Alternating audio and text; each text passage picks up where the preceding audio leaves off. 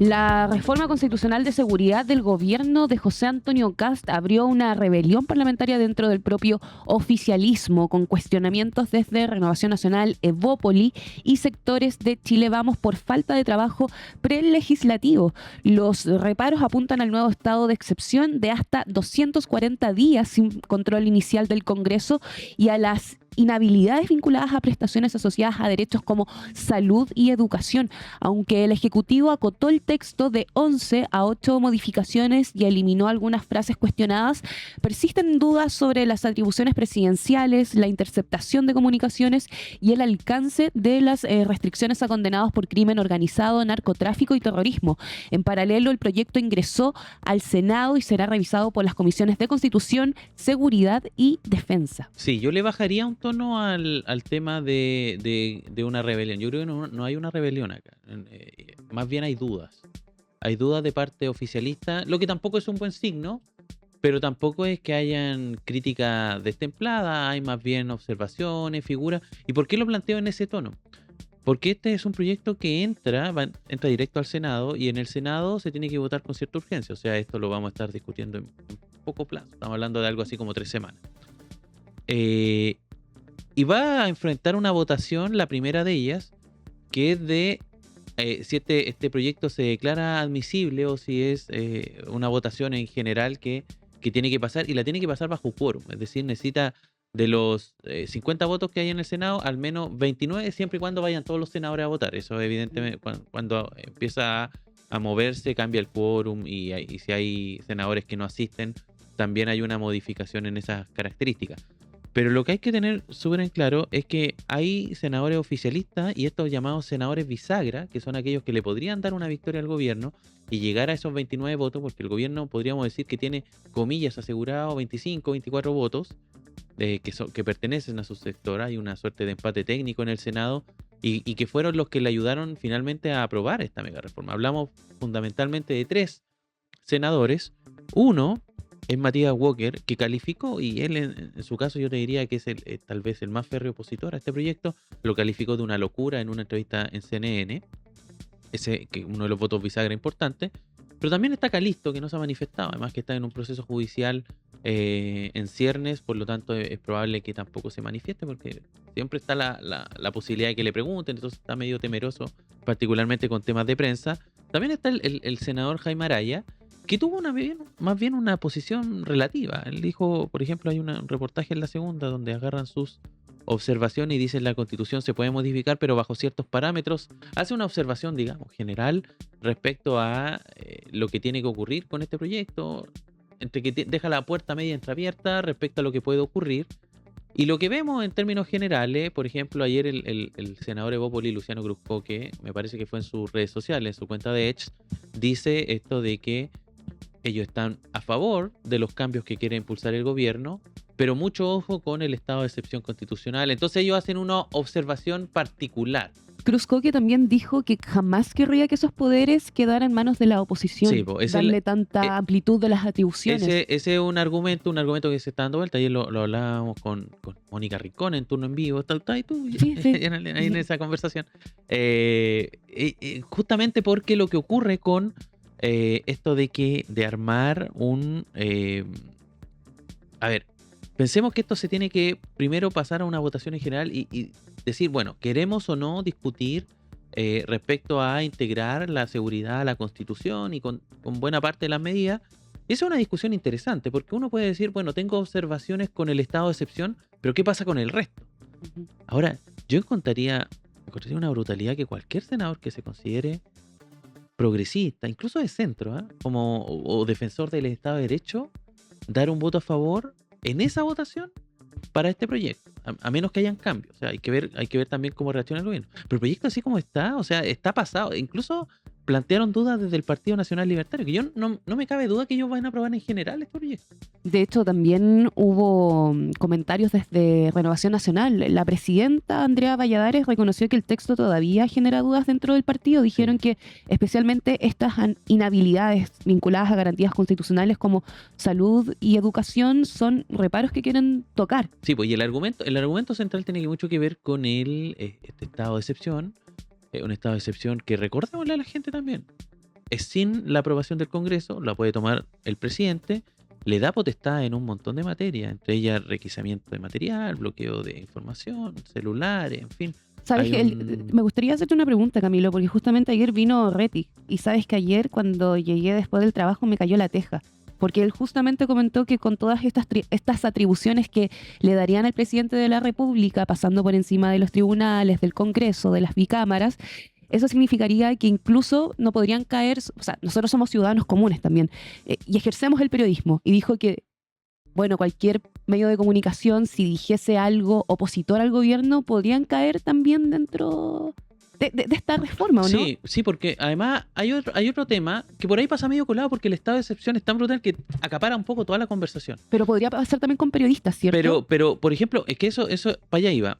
Por ejemplo, el presidente también le está dando, porque esto es lo que hace crecer las potestades del presidente. Claro. Al presidente le está dando la posibilidad, por ejemplo, de declarar terrorista a organizaciones. Más allá de la creación de un listado, que yo creo que va bien, eso está bien, o sea, crear un listado, pero darle potestad al presidente para que declare, dice ahí también el proyecto, con 2/3 del Congreso, que uno puede decir, ya es una garantía democrática, pero por ejemplo puede ocurrir perfectamente bajo esos lineamientos una nueva ley maldita. ¿Por qué? Porque pongámosle que todo el Pueden espectro prohibir político, un partido político. por ejemplo, 2/3 del Congreso perfectamente podrían ponerse de acuerdo y decir, declaremos al Partido Comunista una organización terrorista. Claro. Está de acuerdo el presidente, está de acuerdo 2/3 del Senado. El Partido Comunista tiene hoy día 2, 3 senadores, 4, por ahí. No, digamos, no es una oposición y que se vaya a defender. A lo mejor van a tener algunos aliados y qué sé yo, y que van a frenar eso. Pero le bastan con 2/3 para declarar eso. ¿Cuál es el punto acá? No es deber ni del Senado ni del presidente declarar organizaciones terroristas. Es del Poder Judicial y del Ministerio Público. Y eso es lo que se quiere saltar. Que están fuera de la ecuación. Y que son ellos. ¿Por qué? Porque el terrorismo en Chile es un delito, es un Claro. crimen. Y son ellos, a partir de las investigaciones que realice Fiscalía y a través también de lo que logre constatar el Poder Judicial, quienes tienen esa potestad. Entonces el presidente le quiere robar potestad al Poder Judicial. El Poder Judicial no debe estar para nada contento con esto. Bueno, en general, abogado constitucional, abogado en general, que tú le preguntes de esto, viven en contra. Esto se salta muchas normas, separación de poderes, equilibrio de poderes, le da mucho poder al presidente. Y que, ojo, yo di el ejemplo de que puede ocurrir con Casi para declarar el Partido Comunista, pero también puede pasar al revés, que es lo que decía ayer, por ejemplo, Mónica Rincón, esto de que cuando tú piensas algo, también tienes que pensarlo como lo vaya, también lo dijo Rettig, esto también tienes que pensarlo como lo haría tu mayor enemigo. Entonces puede ocurrir al revés, que decidan declarar, por ejemplo, terrorista al Partido Nacional Libertario, al Partido Republicano.